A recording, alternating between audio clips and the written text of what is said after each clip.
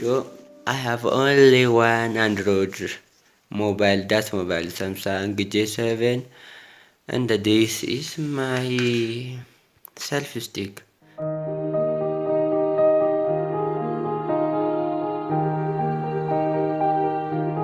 Ashama hordoftoota maatii chaanalii Kingi Caalaa hundi keessan akkam fayyaa keessanii Anjira galata rabbii isaa fi galata nagaa kudha baga fayyaa keessanis niin jedha. Egaa akkuma jalqaba irraa ilaaltan viidiyoo kana irratti jechuudha wantoota nan itti fayyadamu sana malees immoo namoonni hedduun keessan viidiyoon keenya bareedaa baay'ee babbareechitee hojjettaa maalidhaan hojjettaa sila maal qabdaa isti nutti himi wantoota itti ati fayyadamtu jettanii namoonni keessan na gaggaafatan hedduun isaanii ni jiru jechuudha baay'ee tokko wanta addaa fayyadamtamu application kan fayyadamtaa waan akkas akkasii namoonni naan jettan jirtu jechuudha.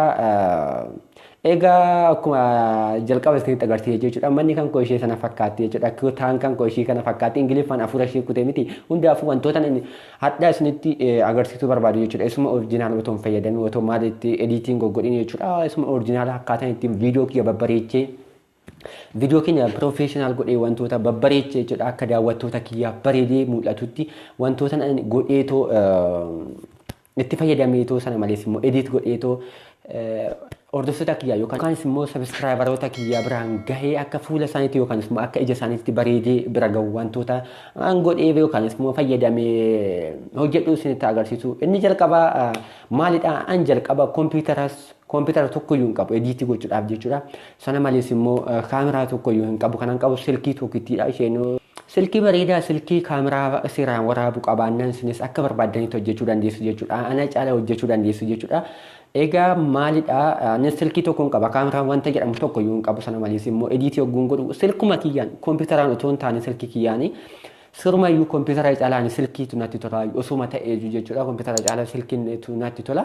Egaa maalidha inni jalqabaa jechuudha namoonni baakgiraawundii keessa kiyya na gaafattu jechuudha baakgiraawundii isa duubaa sana isa na gaafattu eessaa fuutee haala kamiin hojjette maal jettani jechuudha isa ani kanan fuudhe baakgiraawundii sana googilirraa professional background jettanii akka barbaadanitti akka afaan asinitti dhiyaatu jechuudha garasitti ingiliffaan barbaadanitti buusuu dandeessan jechuudha professional maalidha kuni background thumbnail fakkeenyaaf thumbnail buusa akkasitti jettanii waan barbaadanii jechuudha buusuu dandeessu afaan ingiliffaan aga achitti dhiyaatu jechuudha buusuu dandeessu anis akkas godheetan otuman barbaadu background isaa akkasii bareedaa sana argadhe jechuudha.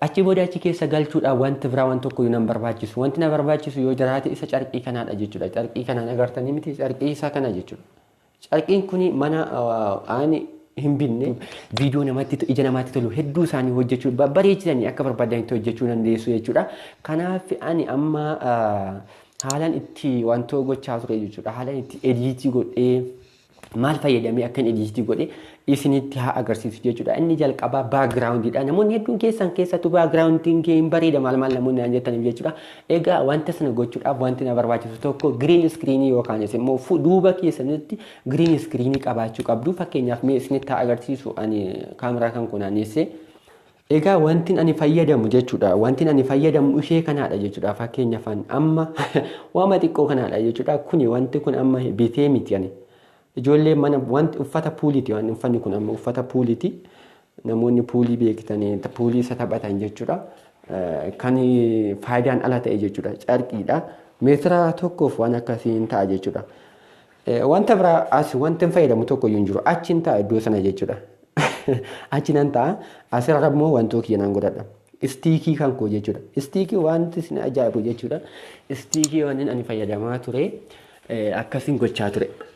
Agartan miti akkasitti jechuudha kuni burcuqqoo bishaaniiti ani istiikii ogguun fayyadamu akkanatti fayyadamaa ture jechuudha akkanatti agartanii miti ishee kana akkasitti wantoorraan godha maalidha teessoo dheerarraan godha moobaayilii immoo as jidduun godha agartanii harka kiyyaan hojjedhe wanta kana jechuudha isa agartan waama wanta wayiiti jechuudha harka kiyyaan hojjedhe akkasitti gochuu hin dandeessanii sana malees immoo egaa wanti salphaadha jechuudha kana duuba teessanii sana booda kiroomaakii wanta jedhamuun appilikeeshinii yeroo biraa viidiyoo sinifan hojjedha haala kamiin akkan hojjedhe viidiyoo sinifan hojjedha haala wanta kana kaasuu danda'u jechuudha carqii bifa kana kaasuu danda'u sinifan hojjedha jechuudha sana malees immoo wanti ani fayyadamu waan biraa viidiyoon kiyya qulqullina akka qabaatuuf laayitiin fayyadamaa laayitiin fayyadamus kinoo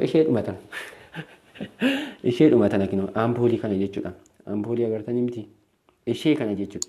Ishee nuun baddiignu. Ishee kana baay'ee wantoota jechuudha. Ishee kanaan fayyadama. Ampuulii fuulduratti garuu ishee sana seeraan akka naa mul'atu. Ampuulii sana jechuudha. Ishee kana nan fayyadama seeraan akka mul'atuuf jechuudha. Duubni kiyya akka baagiraawundii isaan seeraan irraa naa kaa'u. Kunoo as sokkeetti ishiitu akkanatti fayyadama laala. Yeroo kaan waayifaa itti fayyadamee waayifaa ishee kana jechuudha.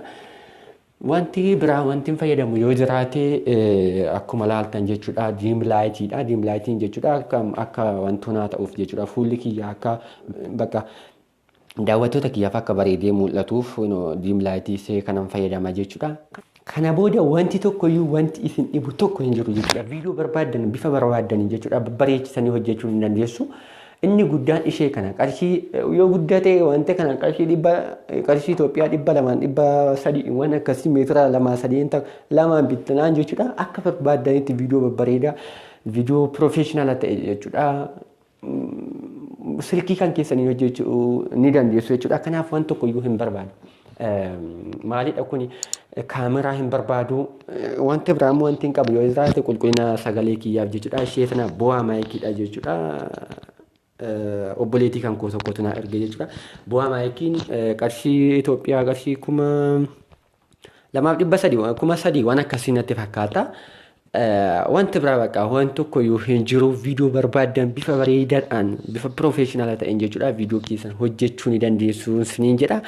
Egaa wanti fayyadamu kana haala fuulduratti immoo haala ittiin ediitii godheetoo isinii dhiyeessu kanan isinii dhiyeessu ta'a jechuudha. Fayyaa keessan naa tura baay'ee salphaadha. Baay'ee namoonni hojjechuu barbaadan jechuudha. Tarii kompiitara dhabee kaameraa dhabee maal tokko hin yaadina. Haala salphaadhaan hojjetama jechuudha. Haala ittiin ediit gootan immoo haala lallaaletan isinii hojjedha jechuudha. Viidiyoon qabadhee dhufeessa kanaadha. Hojjechuu namoonni barbaadan baay'ee salphaadha. Baay'ee tokko salphaadha. Fayyaa keessan naa ta'a viidiyoo itti aanu nagaan dhufuutti nagaan naa tura. Baay'ee.